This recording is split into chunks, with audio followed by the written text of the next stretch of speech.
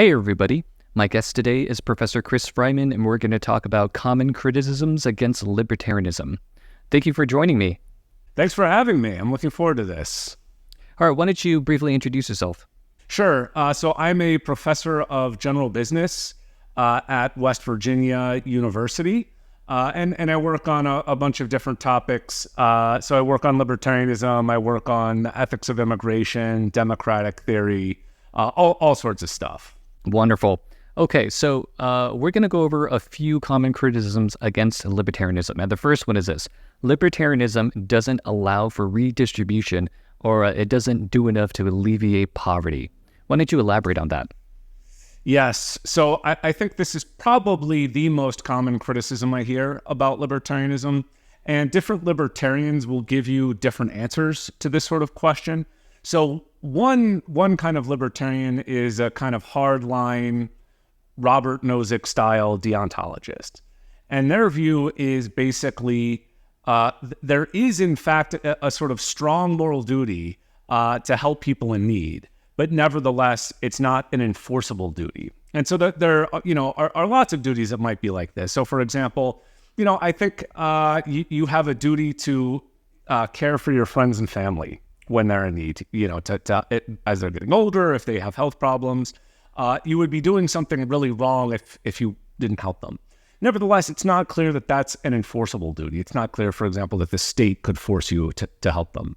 And so the Nozickian line is that, you do have this duty of aid or a duty of rescue, but it's not enforceable. And this is probably, I don't know, this is maybe less counterintuitive than it seems at first blush. So a lot of libertarians who take this line really like some of Judith Thompson's work where she talks about duties to rescue. So she has this famous case where she says, if you're dying and Henry Fonda is across the room from you, and the only thing that will save you from dying is if Henry Fonda gets up out of his chair, walks across the room, and touches you on the forehead. I don't know how that has magic healing power or something like that. He should do it, but you could not force him to do it, even though that's a kind of case of easy rescue. And so if you take that view that you do have this duty to help, but it's not enforceable, then you might say, well, it is a problem. It's a moral problem if there are people in need and they're not getting help, but nevertheless, it's not the sort of thing that the state can enforce. Then there's another sort of moderate deontologist style of libertarian that says, well, look, you do have property rights. And so this maybe makes redistribution presumptively wrong if it's the state confiscating some of your property for the sake of helping other people. But nevertheless, it could be, all things considered, the right thing to do if the benefit of the redistribution is great enough. So, for example, a simple case would be something like you own a warehouse full of life preservers. And for one reason or another, maybe people can't get in touch with you, or you're just not willing to share. But if there's somebody drowning across the street from the warehouse, it seems like the right thing to do would be to take some of those life preservers from the warehouse and give it to someone to save their life. And so the idea here is, it's presumptively wrong to violate someone's property rights, but we can do it in certain cases where the benefit is really high. So that, the cost to you of, losing the life preserver is pretty small. The benefit to the person whose life is saved is very high. So we should do it. But the objection here is that cases of redistribution that we see in the real world, for example, within the United States, just aren't like this for the most part. So when you look at something like Social Security, it's not really like giving a life preserver to someone who's drowning. It's, supplementing people's retirement income. And so that could be a worthy goal. But the moderate deontologist libertarian is going to say, that's probably not enough to justify violating people's property rights. And then lastly, so I'm actually not really either of those kinds of libertarians. I'm more of a consequentialist myself. And so my view is that the two worries I have about redistribution. So one is, it does seem like the evidence suggests that increasing taxes does have a negative effect on economic growth. And so insofar as you're worried not just about present people, but future people, you don't want to do things that slow economic growth, because even very small changes in the growth rate can have very big consequences over time. So if you have this kind of impartialist view, which I find plausible, then you might say you don't want to redistribute to benefit present people if it's going to be really bad for future people, or create huge costs for future people. And then there's also a worry about the political compatibility of open borders and something like a social democratic welfare state. So it just seems like those two things might politically be in tension with one another. And so if you think, we have to make this choice between liberalizing immigration, which is something that benefits the poorest people in the world in many cases, people who are much poorer than, say, the domestic poor in the United States, or benefiting the domestic poor in the United States, then if you're kind of an impartialist like I am, I'm going to say, well, it's more important to benefit the people who are severely poor. And that's not the domestic poor, that's the global poor. So that's my short answer to that question. Okay, you said a lot there, so I kind of want to take some time to break it down. Sure. So one thing that you said was that, okay, empirically, it seems to be the case that if you raise taxes, it harms the economy. And so if you were to focus on redistribution, it may help the poor right now, but it may not help future generations. And because we have to care about future generations, it's a reason not to redistribute so much wealth. It's an argument to lower taxation. Is that correct? That's right. And so the sort of assumption that's in the background here is that we should give equal weight to the welfare of present people and future people. And that's a kind of radical impartiality that I know a lot of people don't endorse. I find it plausible. So I'm sympathetic to this idea that just as distance in space is morally irrelevant, distance in time is also morally irrelevant. And so if you have those two views, and you think, okay, future people count for as much as present people, people across the world count for just as much as Americans, then you say what we should prioritize are things like economic growth and liberalized immigration. And those two considerations are going to speak against having something like a Norway-style social democratic welfare state. Okay, but that entire argument, well, not the entire argument, but the argument depends on the empirical claim that raising taxation for redistribution purposes will actually harm future generations, correct? That's right. And so that's the consequentialist line. And of course, the consequentialist is always going to have to admit that about any of their favorite policies, where, well, whether or not we should endorse it is going to depend on, what the empirical evidence tells us. So that's right. Okay, so I guess I don't have a background in economics, so maybe you can kind of give a brief summary of this, but why would raising taxation now harm future generations? So one thing to keep in mind is, it doesn't have to. So I think there are plausibly forms of taxation and sort of tax and transfer programs that could be good for growth. So I think, for example, so here again, I might be more moderate than some of my fellow libertarians. So I'm okay with something like ensuring that everybody has like catastrophic health coverage, for example. So I think that's something that and Milton Friedman was also in favor of this. Even something like a UBI, where we're just giving cash to people, like those things are policies that I'm open to. But to get back to your question, so the worry is that taxation is going to have even a slight negative effect on economic growth. So it might, for example, reduce people's incentive to work, reduce their incentives to invest, and so on. And the idea is that even if this means like a 1% drop in growth, if you're looking at this from, the perspective of 100 years, that 1% can make a huge difference to how people 100 years from now are living. And so as a thought experiment, it's like you could sort of look back in time and say, if, the growth rate had been 1% lower 100 years ago, I would have half my real income right now. I would say that would be a really bad result. And so I would want people in the past to kind of keep their foot on the gas in terms of accelerating economic growth. And we should do the same thing for future generations. Okay, but you also said that you're in favor of something like catastrophic universal health coverage, right? So maybe if you get hit by a car or you get cancer suddenly, like the state does have a role to play in covering those healthcare costs. So that doesn't necessarily require us, raising taxation rates, or does it not? Or is it all about restructuring it so that we're allocating it more properly? So I think we could probably reduce taxes. So I would reduce taxes, but I would also, if it were up to me, I would sort of change the structure of the redistribution. So for example, like Social Security, that's, a huge item in a federal budget. I think that's really hard to justify on utilitarian grounds for the sorts of reasons I've been talking about. But I think we could probably scale back taxation. And like, I'm not a fan of like income taxation. I think we could do stuff maybe like, not to get too into the weeds on this stuff, but we could maybe replace some of the current forms of taxation with something like a land value tax. But then in terms of what I would actually want to fund, I think, something like catastrophic health coverage. And even in principle, I'm open to something like a UBI. But here again, that's going to depend on what the empirical evidence tells us. So if it does turn out to slow economic growth, then I'm going to be really reluctant to endorse something like that. But I'm open to it.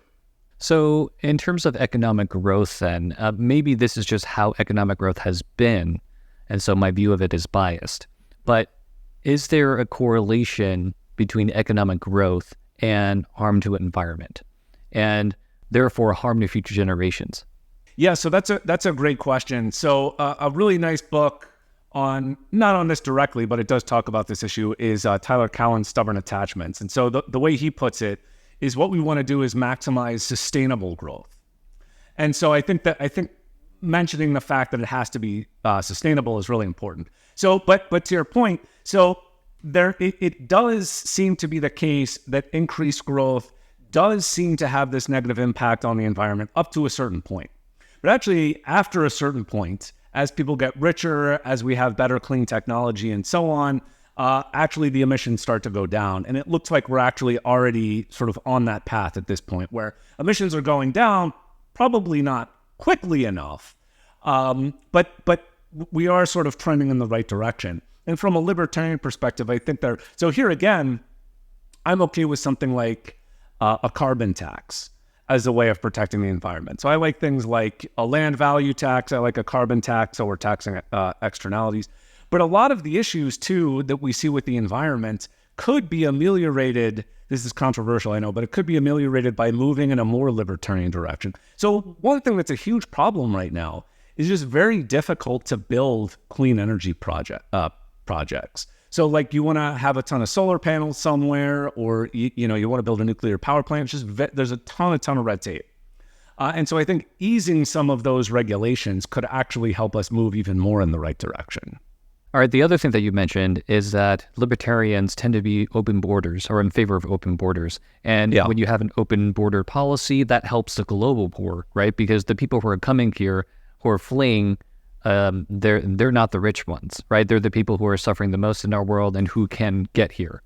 So that is a way for the libertarian to address that common criticism.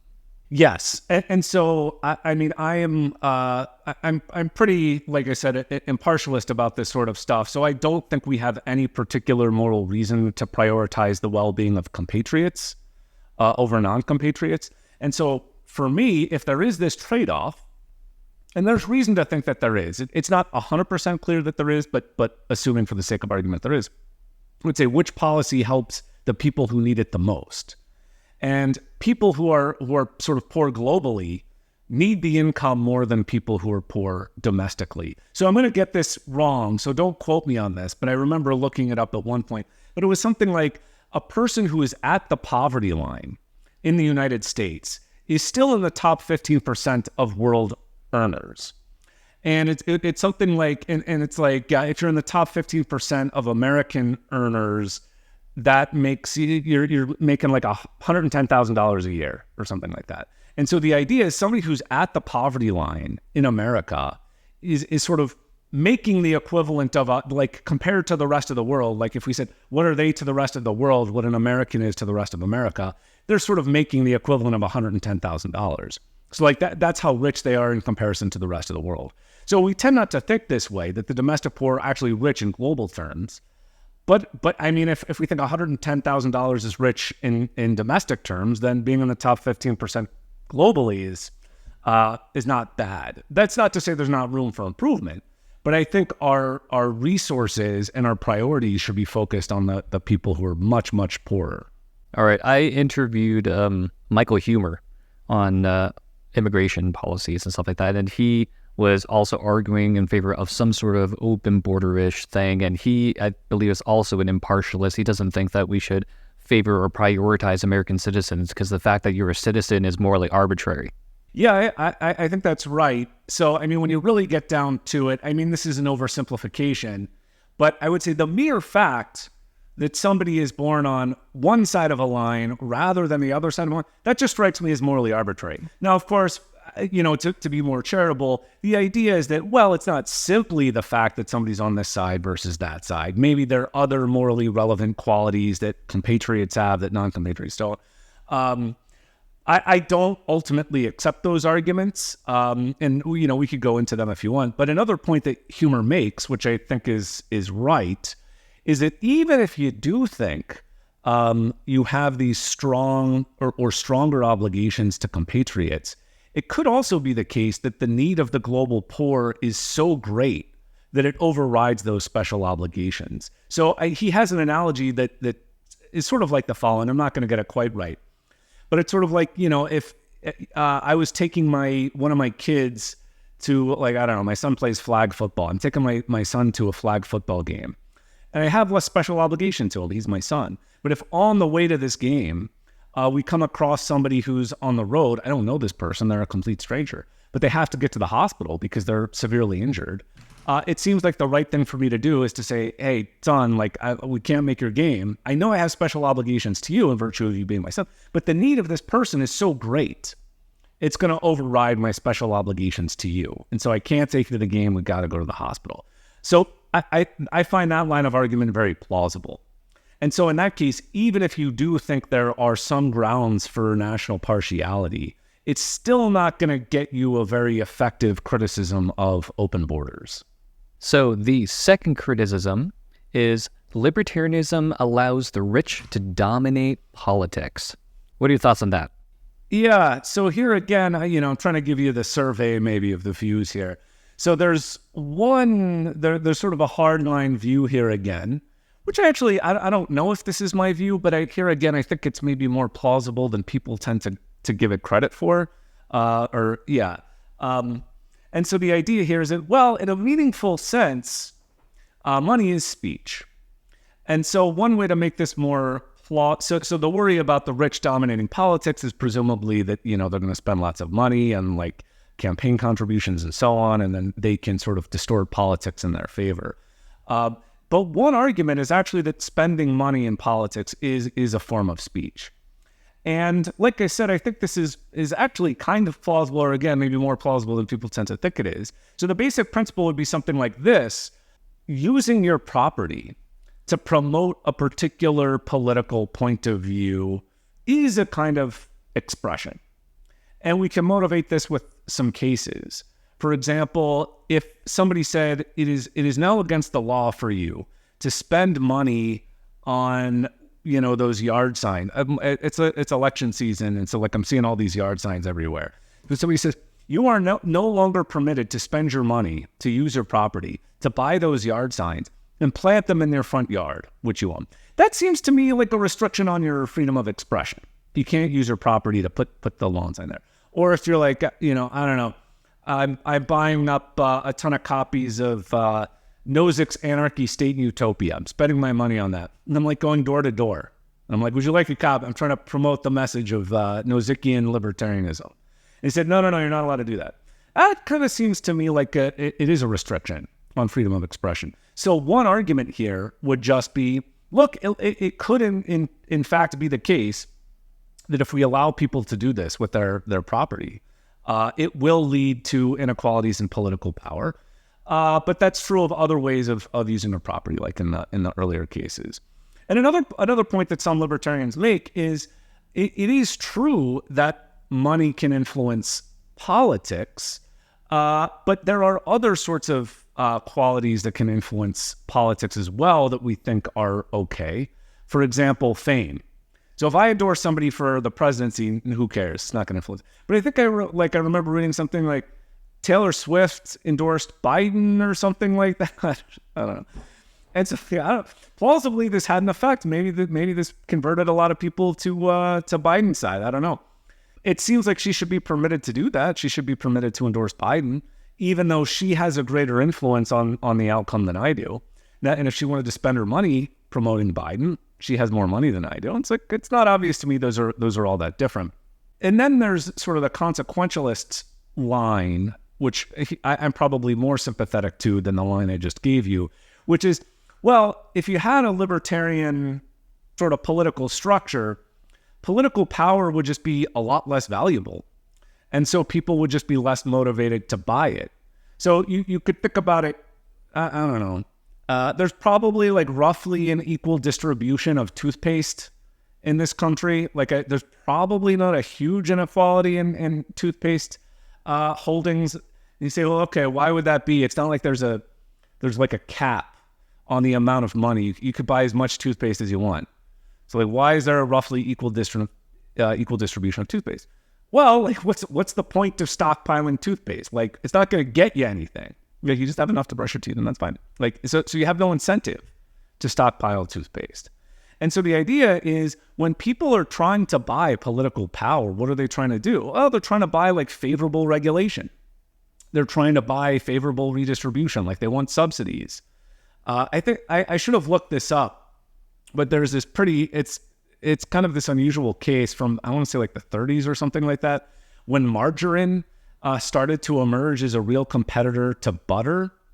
I believe butter producers lobbied to make sure that like all margarine was dyed pink or something like that, so that people wouldn't confuse it with butter. Something like really weird like that. But the idea is like they were clearly just doing this to protect their own turf, to protect their own product. But like, this is why people want political power, is so they can get favorable regulations or they can get favorable redistribution. But if you get rid of the regulatory and redistributive power of the state, then it's not so valuable. Then it's like, well, why am I stockpiling toothpaste? What's the point? Why am I stockpiling political power? It can't get me anything. Okay. All right. So I think I understand what you're saying. You're saying that the libertarian view of government is something that's just pretty small, right? The government exists to enforce contracts and for security reasons. Now, if that's all the government is doing, then there's no incentive for rich people to influence politicians so much, because the government isn't that powerful to do the things that rich people want the government to do. That's exactly right. Yeah. Okay. Interesting. Yeah. Do you think that the interests of the rich would go against libertarianism? Like, do you think that if like the current system that we have, I would say rich people probably have more political power than I do. Is their vision for America a libertarian one, or are there going to be some conflicts, right? Because maybe when it comes to how we get to that libertarian ideal, we have to kind of constrain their power because their interests and the libertarians' interests conflict. So I forget who said this. I want to say it was Milton Friedman, maybe, but he says something like, nobody hates free market capitalism more than capitalists, something like that. And I think he has a point. So, when you get rich and, you have a big business and then you have all this power to try to, block out competition. And this is very nice for you if you own that business. And so you want those privileges to remain. And so I think there is this sort of thought that, all rich people, all capitalists should be, libertarians. That's just like a really natural fit. But I don't think that's true. I think that Milton Friedman is right. I think when you get those sort of competitive advantages and those privileges bestowed, by the state upon you, like you want to keep them. You don't want to have to compete. You don't want to have to constantly innovate. And so you might look for ways to keep competitors out of the marketplace. Rather than trying to outcompete them or out-innovate them. So yeah, I actually don't think, in some ways you could say, if you're rich, you don't want to pay income tax. And so in that sense, they're aligned. But I think especially on the regulatory dimension, a lot of wealthy people benefit from existing regulation and they don't want it gone. And so they'll fight for it. And so here, libertarians are going to be at odds with a lot of people who have money. All right. So the third criticism is libertarianism doesn't allow for sensible paternalism. What do you mean by that? Yeah, I guess it depends on, maybe everybody has a different picture of what reasonable paternalism looks like. So a lot of people say, I don't know, it would be very bad if heroin was on the shelves of Walgreens. Now, you got to be 18 or 21 or whatever, but nevertheless, it's there if you want it in a libertarian society. And this is just not acceptable. So at least in some cases, we have to protect people from themselves, from making bad decisions. And the argument here is, there are a variety of arguments in this space, but, one is just people just aren't going to be informed about the risks. And so if they were properly informed, they wouldn't smoke, they wouldn't do other drugs, they wouldn't drink, whatever the case may be, they wouldn't gamble, or maybe they do have the information, but they're just not thinking rationally. So they're biased in various ways. And so in some sense, we have to protect people from themselves, and libertarians don't allow for that. If you're an adult, you want to gamble, you can gamble. If you want to do drugs, you can do drugs. So here again, there's the sort of hardline libertarian view, which is, well, so like sometimes this point is made in terms of self-ownership. So the idea is like you own yourself. Or another way of putting it is you have very strong rights of bodily autonomy, for example. So it's your body, and so you can do with it what you want. And you just have the right to make self-destructive choices because it's your body. So by analogy, if it's your car, you can pour sugar in the gas tank. And I might say, this is a horrible thing this is very dumb. You're going to destroy your car. But it does seem like a perfectly sensible response is, doesn't matter. It's my car. I get to make that call. And if you think you have something like, again, very strong rights of bodily autonomy, you own yourself, then you might say doing drugs is like putting sugar in the gas tank. It could be self-destructive, but it's mine to destroy. So that's one response that libertarians give. And sort of something that's maybe adjacent to that is it does seem like in many cases, it's not controversial that you have the right to make irrational but self-destructive decisions. So one example of one argument for something like seatbelt mandates is just, look, people suffer from optimism bias. I think I'm getting the bias correct. But it's something like, it's very dangerous to be in a car accident without a seatbelt. And everybody's like, yeah, no, I know, but like, I'm not going to get into an accident. And they say, why aren't you going to get into an accident? They say, well, I'm a great driver. Like, I'm one of the best drivers on the road. And of course, everybody thinks, like 9 out of 10 drivers think they're like the best driver on the road or something.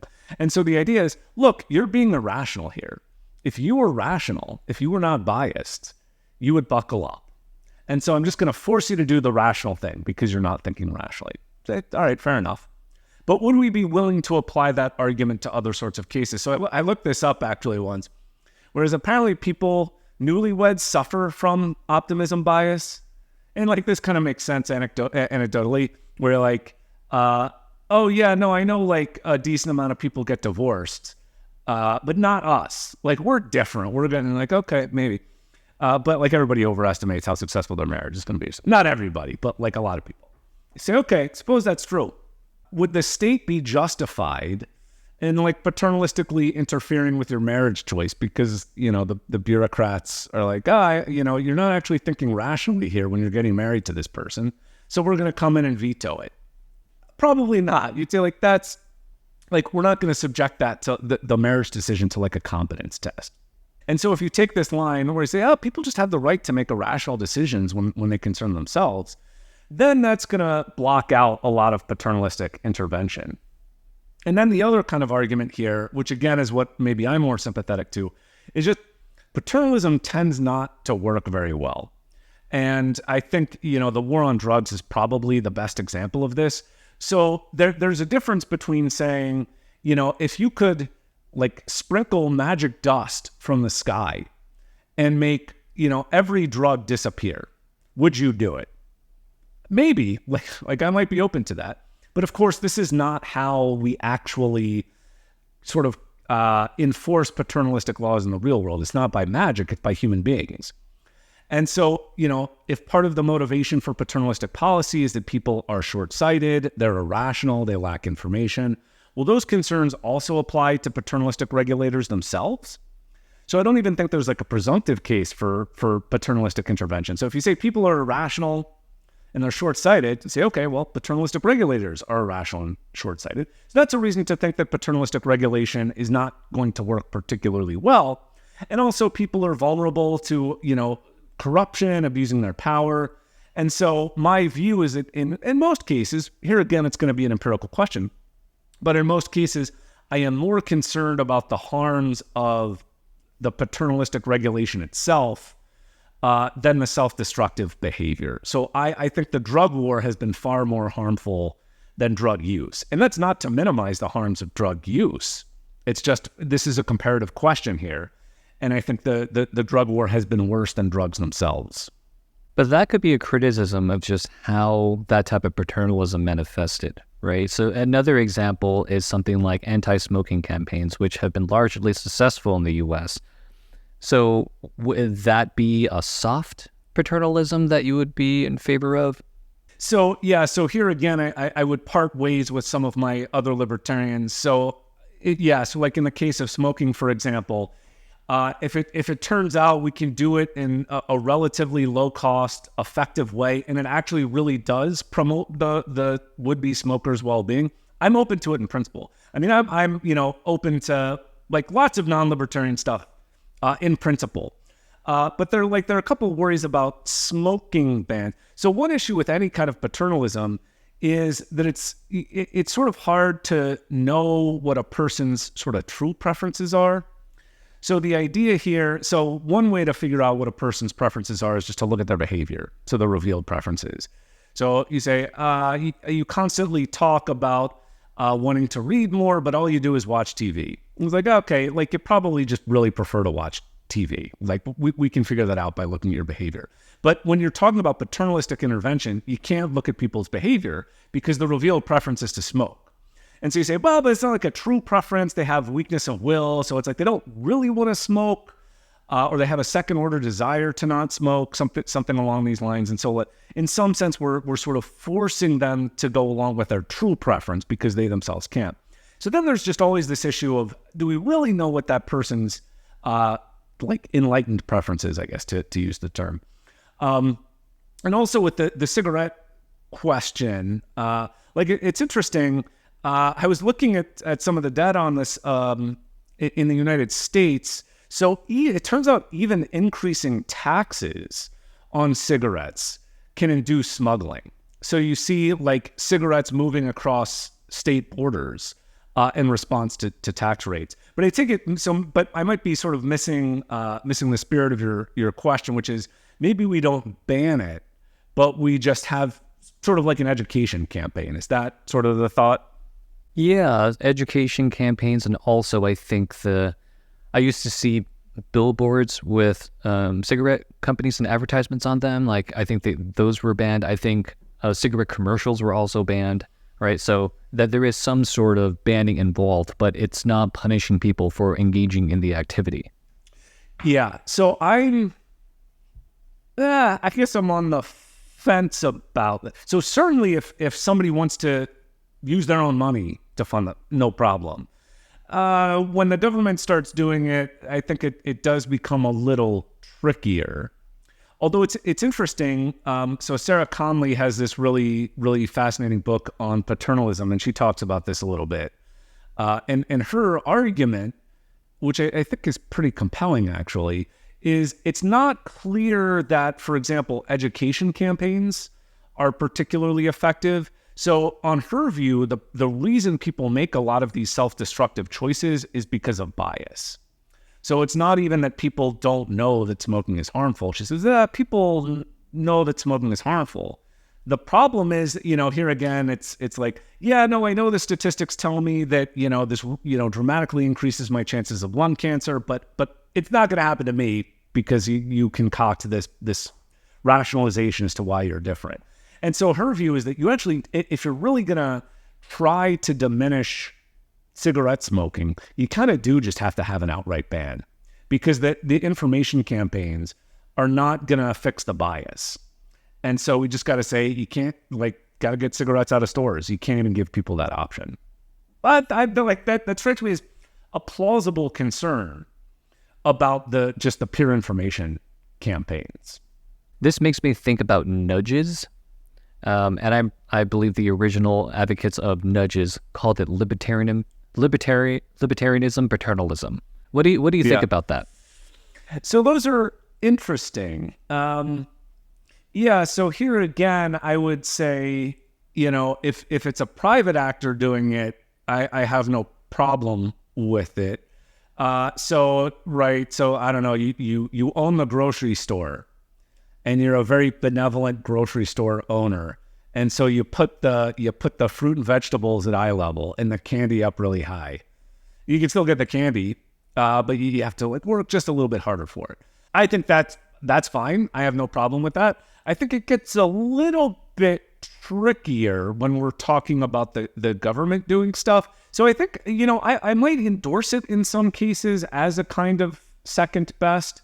So like, here's an example that they talked about in the Nudge book, if I'm remembering correctly, is something like forced retirement savings. So I already said I'm not a huge fan of Social Security, but if somebody said, look, what if, the libertarian world is not on the table anytime soon, but we could replace Social Security with something like it's like mandatory, maybe it's not mandatory, but it's something like the government automatically enrolls you in some sort of savings plan. But if you want to opt out, you can opt out. I would say that's probably an improvement over the status quo for a variety of reasons. But one of the reasons, and I think this is the libertarian dimension of the paternalism, is that if you want to opt out, you can opt out. The idea is that, it's just a little bit harder to make the quote unquote bad choice. So I think in many ways, if you are going to have certain programs that might not exist in the libertarian world, I have no objection to converting them from, I don't know, shoves to nudges or something like that. I don't know in my libertarian world if we have government nudges, but in the real world, I'm happier with a nudge than a shove, I would say. So why would there be no nudges in the libertarian world, right? Because human nature is not going to change. So people are going to, they engage in activities that are bad for them. And to some degree, we would say that they have a right to do that, right? But if it's a nudge, I don't see how it would be violating their right to do dangerous activities. Like, I love Flaming Hot Cheetos, right? I think I should be able to eat Flaming Hot Cheetos if I want, even though I know it's bad for me, right? And in a libertarian paternalistic society, I can still do that. I just have to reach up a little higher. So what's wrong with that? Well, I don't know. Would that stop you? Because I know the Flaming Hot Cheetos fans, you guys are fanatics. I don't know what they put in those things, but I have known many people who love these flaming. I stay away from them. I don't want to get sucked into this trap. Would it stop you, or would you just, reach up a little higher? That's a good question. If I don't know, I think somebody would have to do an experiment on me, but if they had, maybe we had a chip aisle, right? But and we had the less healthier chips on the top shelf and the healthier chips and eye level in the middle shelf. That might, I'm not going to be immune to nudges. I don't think I'm that special. Yeah, so I think here again, the answer is going to depend on what sort of libertarian you're talking to. So I think the sort of hardline libertarian is going to say, look, in a libertarian world, the reason why you're not going to have the nudges, or at least a government mandated, so they would say if you're owning a grocery store, you have the right to put the Cheetos wherever you want. And so when the government says, well, we'll let you sell the Cheetos, but you got to put them up really high, well, that's going to violate your rights, your property rights of the store, that sort of thing. So I think that's sort of the hardline argument. And then the consequentialist argument here again is how well do these things actually work out in the real world? So again, we can draw it up on the chalkboard and we say, all right, let's nudge people away from Flaming Hot Cheetos and, alcohol and whatever. And it's okay, but is that really gonna, are we really gonna have enlightened paternalistic regulators, or the paternalistic regulators gonna be subject to biases and corruption and things like that? But I would say, I will concede the following. If somebody's no, we can't, it will here's very compelling evidence that putting the Cheetos up higher will do it. and it will in fact improve the well-being of shoppers with like very minimal costs, I'd be open to it. And I will say though, also on the paternalism point, there are ways for people to sort of, I forget exactly what the term, it's like self-exemption or something like that, where it's like, for example, if you know that you are, you have a gambling problem or something like that, you can actually exclude yourself from casinos. Now, that might have limited effectiveness, but there's something to that where you say like, look, in a cool, calm moment of reflection, I know I have a gambling problem. And so I am going to make sure that this casino doesn't let me in the next time I want to come in. That's, I think that's also sort of a middle ground position that a libertarian can't object to, because it's just, it's essentially you're making a contract with the casino or whatever, maybe like the online app or something like that. I don't know how it works. So that's another way. And the advantage of that too is it's targeted. So like a worry about the Cheetos case is you might have a rational Cheetos eater who's like, yeah, no, I know. It's like, it's not good for me. Or it's like, I know it's not healthy, but the best life is not always the healthiest life. Like a good life involves enjoying the food that I eat or something like that. And so like, I'm thinking very rationally about this. I've got the information. I want the Cheetos. Imposing some cost on that person when they have to reach for the Cheetos. But in the case of the self-exemption, it's very targeted. So if you say, I can't handle gambling, and then you put yourself on this casino's list, you're only affecting you. And the person who's the rational gambler then does not have any costs imposed upon them. Yeah, no, that makes sense. But kind of bringing it back earlier to what you said, how like you are in favor of some sort of catastrophic universal healthcare, that does mean that our actions regarding our own health is not entirely like self-regarding, right? Like, because if you live unhealthy lifestyles, if you keep eating those Cheetos, then your health costs are going to increase sometime in the future, and that places burdens on other people, right? Because we're all paying for it. So in a sense, you are kind of imposing on everyone else's freedom by using up more of the money. Yeah, so I think that's an important worry. And so here again, there might be, a conflict between minimizing these sorts of costs and then respecting people's liberties. And I guess my own take would be to prioritize the liberty. And I think we tend to think about this sort of conflict in that way when we're thinking about civil liberties.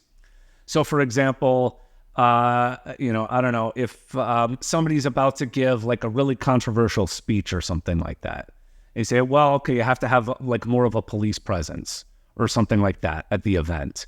You might say, well, do we shut down the speech because that's going to, increase the cost that the public has to bear because it has to pay for the cops or something like that? You say, I think I would rather bear those costs and let the person speak.